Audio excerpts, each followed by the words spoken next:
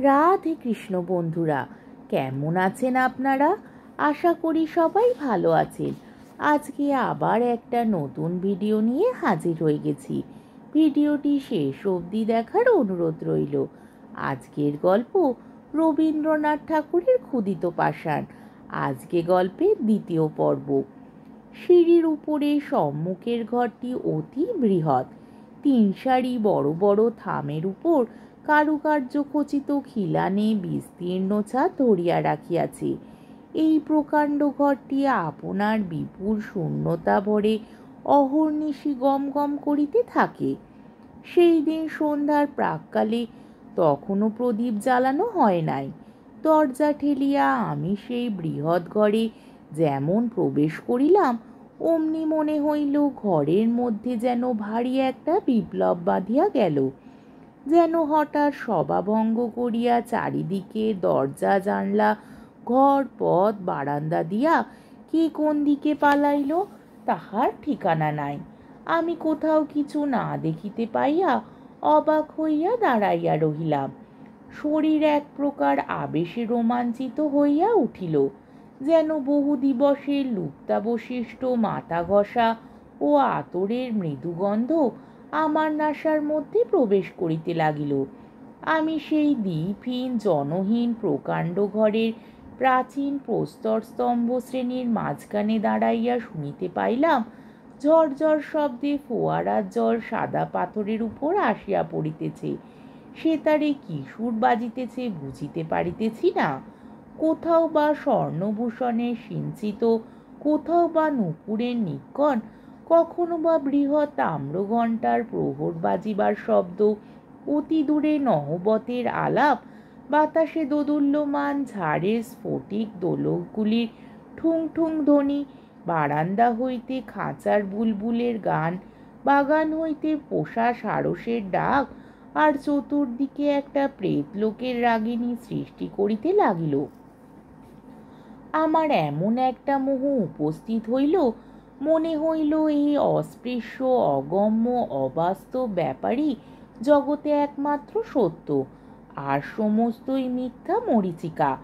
আমি যে আমি, অর্থাৎ আমি যে শ্রীযুক্ত অমুক, অমুকের জ্যেষ্ঠ পুত্র, তুলার মাসুল সংগ্রহ করিয়া 450 টাকা বেতন পাই, আমি যে শোলার টুপি এবং খাটো কর্তা পরিয়া টমটম হাঁকাইয়া আপিস করিতে যাই, এ সমস্তই আমার কাছে এমন অদ্ভুত হাস্যকর অমূলক মিথ্যা কথা বলিয়া বোধ হইল যে আমি সেই বিশাল নিস্তব্ধ অন্ধকার ঘরের মাঝখানে দাঁড়াইয়া হা হা করিয়া হাসিয়া উঠিলাম।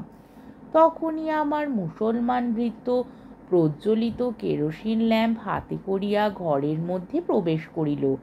সে আমাকে পাগল মনে করিল কিনা জানি না, কিন্তু তৎক্ষণাৎ আমার স্মরণ হইল যে আমি অমুকচন্দ্রের জ্যেষ্ঠ পুত্র শ্রীযুক্ত অমুকনাথ বটে।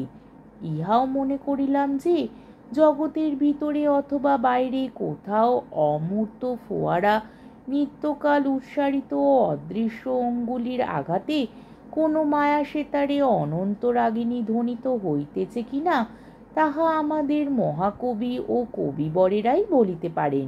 কিন্তু এ কথা নিশ্চয়ই সত্য যে আমি বরিচের হাটে তুলা মাসুল আদায় করিয়া মাসে 450 টাকা বেতন লইয়া থাকি। তখন আবার আমার পূর্বক্ষণে অদ্ভুত মোহ স্মরণ করিয়া কেরোসিন প্রদীপ্ত ক্যাম্প টেবিলের কাছে খবরের কাগজ লইয়া সকৌতুকে হাসিতে লাগিলাম। খবরের কাগজ পড়িয়া এবং মোগলাইখানা খাইয়া একটি ক্ষুদ্র কোণের ঘরে প্রদীপ নিবাইয়া দিয়া বিছানায় গিয়া শয়ন করিলাম। আমার সম্মুখবর্তী খোলা জানলার ভিতর দিয়া অন্ধকার বন বেষ্টিত অরালি পর্বতের ঊর্ধ্বদেশের একটি অত্যুজ্জ্বল নক্ষত্র সহস্র কোটি যোজন দূর আকাশ হইতে সেই অতি তুচ্ছ ক্যাম্পখাটের উপর শ্রীযুক্ত মাসুল কালেক্টরকে একদৃষ্টে নিরীক্ষণ করিয়া দেখিতেছিল। ইহাতে আমি বিস্ময় ও কৌতুক অনুভব করিতে করিতে কখন ঘুমাইয়া পড়িয়াছিলাম বলিতে পারি না, কতক্ষণ ঘুমাইয়াছিলাম তাহাও জানি না। সহসা এক সময় শিহরিয়া জাগিয়া উঠিলাম। ঘরে যে কোনো শব্দ হইয়াছিল তাহা নয়, কোনো যে লোক প্রবেশ করিয়াছিল তাহাও দেখিতে পাইলাম না। অন্ধকার পর্বতের উপর হইতে অনিমেষ নক্ষত্রটি অস্তমিত হইয়াছে এবং কৃষ্ণপক্ষের ক্ষীণ চন্দ্রালোক অধিকার অনধিকার সংকুচিত ম্লানভাবে আমার বাতায়ন পথে প্রবেশ করিয়াছে। কোনো লোককেই দেখিলাম না, তবু যেন আমার স্পষ্ট মনে হইল কে একজন আমাকে আস্তে আস্তে ঠেলিতেছে। আমি জাগিয়া উঠিতেই সে কোনো কথা না বলিয়া কেবল যেন তাহার অঙ্গুলি খচিত 5 অঙ্গুলির ইঙ্গিতে অতি সাবধানে তাহার অনুসরণ করিতে আদেশ করিল। আমি অত্যন্ত চুপি চুপি উঠিলাম, যদিও সেই শতকক্ষ প্রকোষ্ঠময় প্রকাণ্ড শূন্যতাময় নিদ্রিত ধ্বনি এবং সজাগ প্রতিধ্বনিময় বৃহৎ প্রাসাদে আমি ছাড়া জনপ্রাণীও ছিল না, তথাপি পদে পদে ভয় হইতে লাগিল পাছে কেহ জাগিয়া ওঠে। প্রাসাদের অধিকাংশ ঘর রুদ্ধ থাকিত এবং সে সকল ঘরে আমি কখনো যাই নাই। সে রাত্রে নিঃশব্দ পদবিক্ষেপে সংযত নিঃশ্বাসে সেই অদৃশ্য আহ্বান রূপিণীর অনুসরণ করিয়া আমি যে কোথা দিয়া কোথায় যাইতেছিলাম আজ তাহা স্পষ্ট করিতে বলিতে পারি না। কত সংকীর্ণ অন্ধকার পথ, কত দীর্ঘ বারান্দা, কত গম্ভীর নিস্তব্ধ সুবৃহৎ সভাগৃহ, কত রুদ্ধ বায়ু ক্ষুদ্র গোপন কক্ষ পার হইয়া যাইতে লাগিলাম তাহার ঠিকানা নাই। আমার অদৃশ্য দূতিটিকে যদিও চোখে দেখিতে পাই নাই, তথাপি তাহার মূর্তি আমার মনের অগোচর ছিল না। আরও রমণী ঝোলা আস্তিনের ভিতর দিয়া শ্বেত প্রস্তর রচিত বৎ কঠিন নিটল হস্ত দেখা যাইতেছে। টুপির প্রান্ত হইতে মুখের উপরে একটি সূক্ষ্ম বসনের আবরণ পড়িয়াছে, কটিবন্ধে একটি বাঁকা ছুরি বাঁধা। আমার মনে হইল আরব্য উপন্যাসের একাধিক সহস্র রজনী একটি রজনী আজ উপন্যাস লোক হইতে উড়িয়া আসিয়াছে। আমি যেন অন্ধকার নিশীতে সুপ্তিময় বোগদাতে নির্বাপিত দ্বীপ সংকীর্ণ পথে কোনো এক সংকট সংকুল অভিসারে যাত্রা করিয়াছি। অবশেষে আমার দূতি একটি ঘন নীল পর্দার সম্মুখে সহসা থমকিয়া দাঁড়াইয়া যেন নিম্নে অঙ্গুলি নির্দেশ করিয়া দেখাইল। নিম্নে কিছুই ছিল না, কিন্তু ভয়ে আমার বক্ষের রক্ত স্তম্ভিত হইয়া গেল।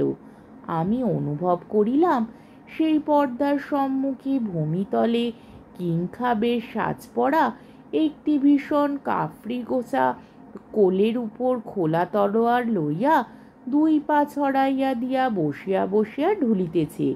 দূতি লঘু গতিতে তাহার 2 পা ডিঙাইয়া পর্দার এক প্রান্ত দেশ তুলিয়া ধরিল। ভিতর হইতে একটি পারস্য গালিচা পাতা ঘরের কিয়দংশ দেখা গেল। তক্তের উপরে কে বসিয়া আছে দেখা গেল না, কেবল জাফরান রঙের স্ফীত পায়জামার নিম্নভাগে জরির চটি পরা 2খানি সুন্দর চরণ গোলাপি মকমল আসনের উপর অলসভাবে স্থাপিত রইয়াছে দেখিতে পাইলাম।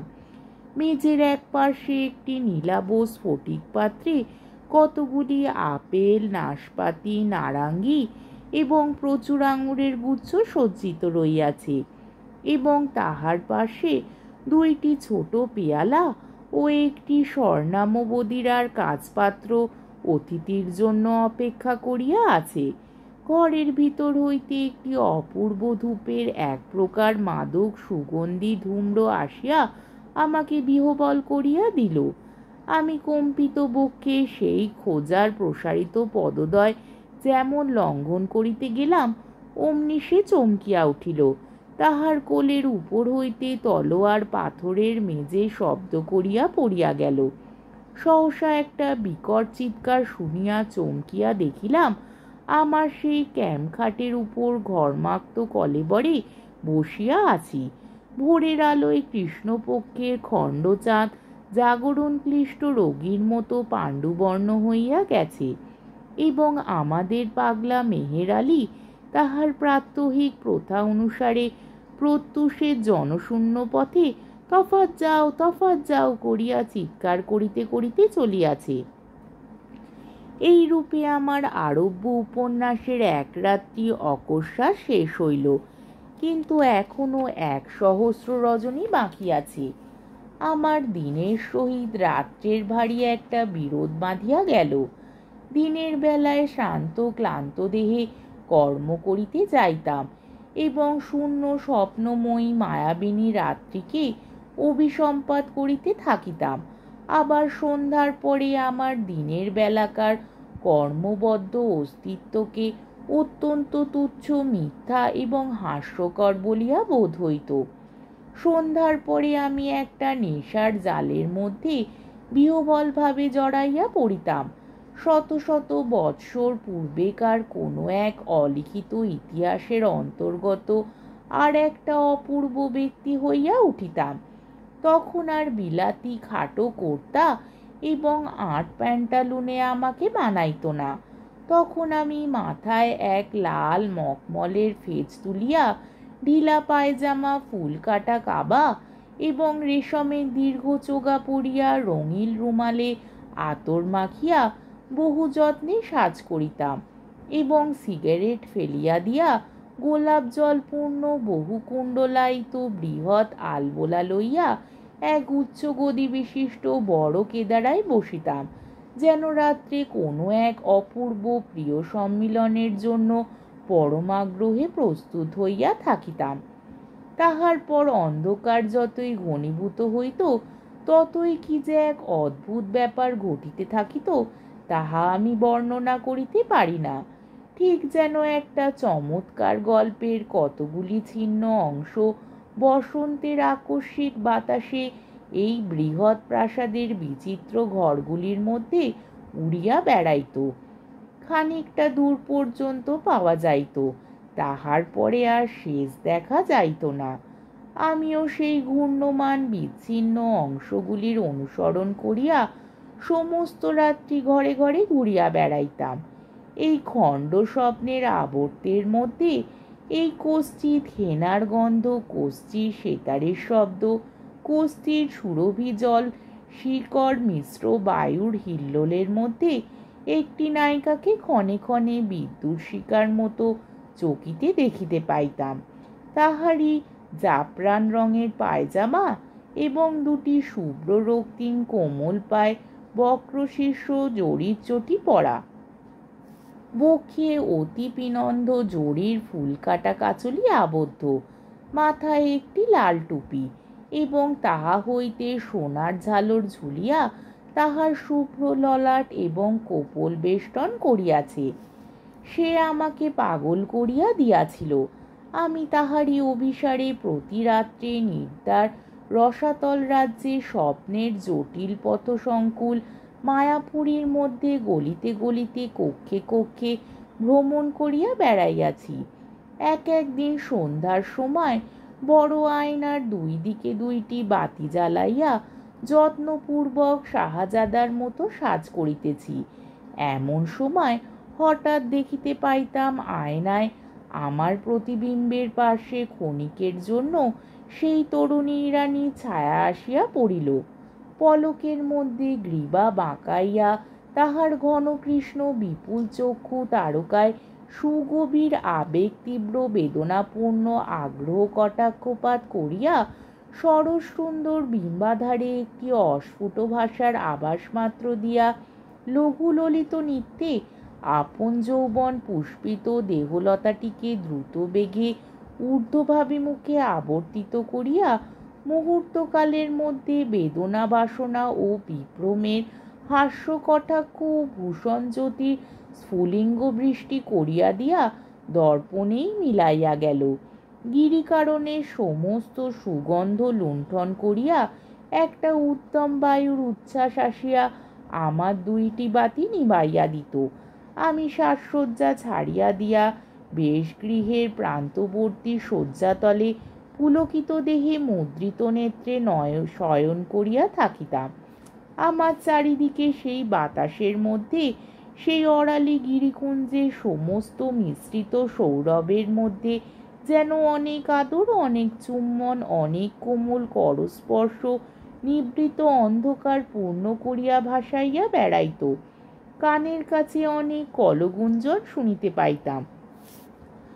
আমার কপালের উপর সুগন্ধ নিঃশ্বাস আসিয়া পড়িত এবং আমার কপোলে একটি মৃদু সৌরভ রমণীয় সুকোমল ওড়না বারংবার উড়িয়া উড়িয়া আসিয়া স্পর্শ করিত।